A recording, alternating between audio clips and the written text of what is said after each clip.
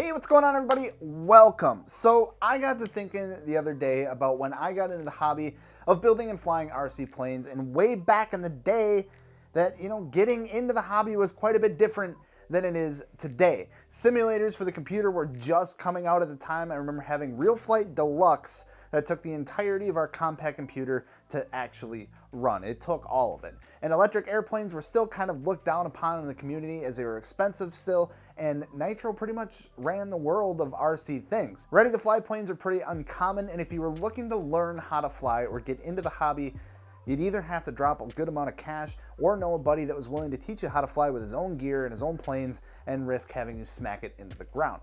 Luckily, my parents owned a hobby shop when I was younger, and my dad always had some extra planes laying around for product research purposes, so I had what I needed.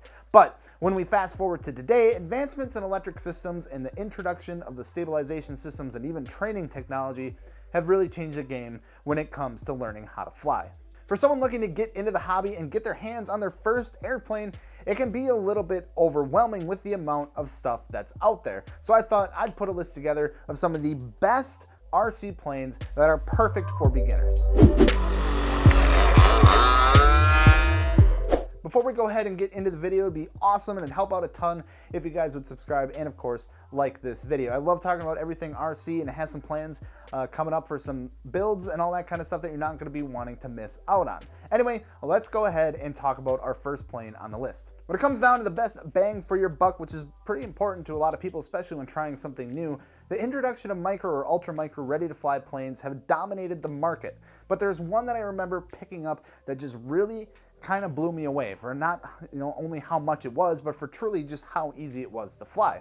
And that was the Hobby Zone Champ Ready to Fly, or RTF. For less than $100, you can get all set up and ready to go with a plane, a battery, a charger, and even a radio, all packaged up nicely in a neat little box that works great for transporting to your local park or flying field. It even comes with some batteries for the radio. I mean, you don't even need to dig around for the loose AA's rolling around in the junk drawer, or even steal some out of the remote, and then your mom's gonna yell at you, "Where are the batteries?" But the plane itself is a 3-channel plane, meaning that you only have control of the elevator, the rudder, and the throttle. But that makes it a perfect plane for beginner pilot because as the lack of ailerons keeps the controls simple. The undercambered wing and a dihedral make it almost impossible to accidentally roll the plane onto its back, and the plane even comes fully assembled and is made of a durable, lightweight foam that if needed, if you hit something with it or hit the ground too hard, it can be easily repaired by hot glue or some kind of epoxy. However, because it is small and lightweight, flying conditions have to be pretty decent or almost perfect. Or if you have access to an indoor flying area, even better. I absolutely love this thing. Even as an experienced pilot now, I can still have a blast with it. And for less than $100, it's a perfect way for someone to try out the hobby without having to spend a ton of money. Plane number 2 on the list is probably the most advanced trainer that I've ever seen hit the RC market. If you've done any amount of research on getting into RC flying, you've probably definitely seen or have at least heard about the E-Flite Apprentice. E-Flite has really truly outdone themselves with this plane. Throughout the years leading up to the Apprentice's release, we have seen sprinkles of their AS3X system throughout a few of their other models, including their UMX line of planes or their ultra micro line of planes, which is a type of gyro that helps keep the plane level even in windy conditions, which is especially helpful with smaller, lightweight foam planes. But they decided to take it a step further, and with the release of the Apprentice, they introduced their SAFE technology, or Sensor Assist Flight Envelope technology. The plane itself is already designed to be incredibly easy to fly. With a high wing, flat bottom airfoil, and a tricycle landing gear, it's your typical trainer design. However, with the introduction of the SAFE technology, it takes it to like 2 other extra levels. You have the ability to switch from beginner to intermediate and experienced modes, making it not only a great first airplane, but a fantastic secondary trainer, and eventually just a full-on Sunday cruiser that is capable of basic aerobatics. By the flip of a switch that's on the included Spectrum radio, you can essentially train yourself how to fly. And if you push yourself too far by accident and get a little too cocky with it, and if you get yourself into a sticky situation or something like that, you can just simply drop the switch back into beginner mode, and then the panic recovery failsafe will take over. The Apprentice is available in a full ready-to-fly setup, including everything you need to start flying. The plane, a Spectrum 2.4 gigahertz transmitter, batteries, and a charger. You can even upgrade to the Safe Plus, which has a few extra features such as auto land, a holding pattern, and a virtual fence to ensure that you don't end up flying off in the next county with your investment. For $350, everything included, the Flight Apprentice has got to be, my suggestion to anyone wanting to pick up a plane and learn how to fly. Flipping on over to the complete opposite side of things, like the Apprentice, in a sense, I guess you could say, we get to a trainer that has been around for a long time. The go-to trainer for anyone wanting to learn how to fly or even build back in the day, the SIG Cadet.